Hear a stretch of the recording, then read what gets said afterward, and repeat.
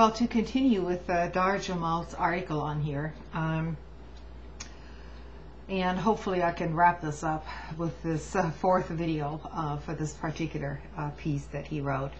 Let me continue here. Barack Obama announced on CBS that immediately upon taking office on July the 20th of 2009, he and his security advisors will start executing a plan to draw down our troops from Iraq. What we never hear him mention is the massive U.S. military infrastructure being developed in Iraq. The U.S. Embassy in Iraq is the largest embassy in the world and the most secure diplomatic compound in the world. At a construction budget that now exceeds $1 billion, the embassy is a self-contained cluster of 21 buildings reinforced 2.5 times the usual standards and with some walls as thick as 15 feet. Plans are for over 1,000 U.S. government officials to work and reside there. They will have access to gyms, swimming pools, barbershops, food courts, and the usual commissary and so on. There will also be large-scale barracks for the troops, a school, locker rooms, warehouses, vehicle maintenance, garages, 6 apartment buildings with a total of 619 one-bedroom units. The total site will be 2/3 the area of the National Mall in Washington, D.C. And luckily for these government officials, their water and electricity supplies and sewage treatment plants will be completely independent of Baghdad's city utilities.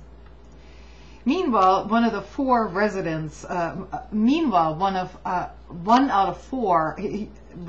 of Baghdad, a capital city of over 6 million people,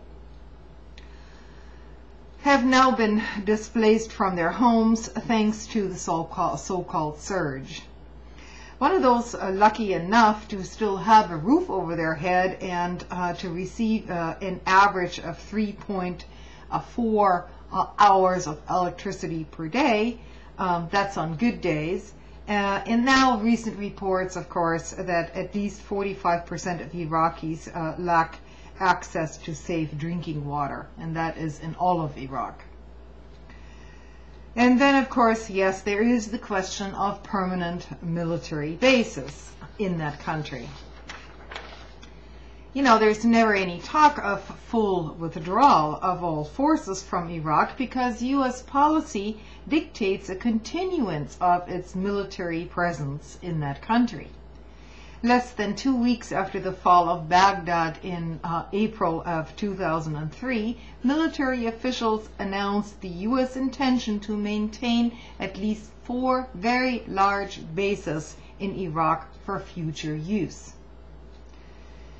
Note that while U.S. officials never use the word permanent when referring to military bases in Iraq, they do talk of permanent access.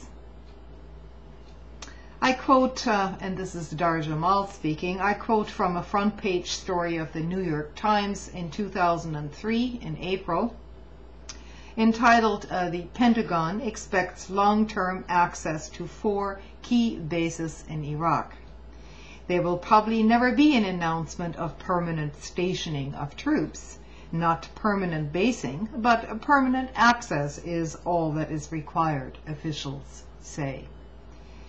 None of the 700 plus U.S. military bases and installations located abroad, now this is overall abroad, are considered permanent either, which is why ambivalent instruments like the Status of Forces agreements exist.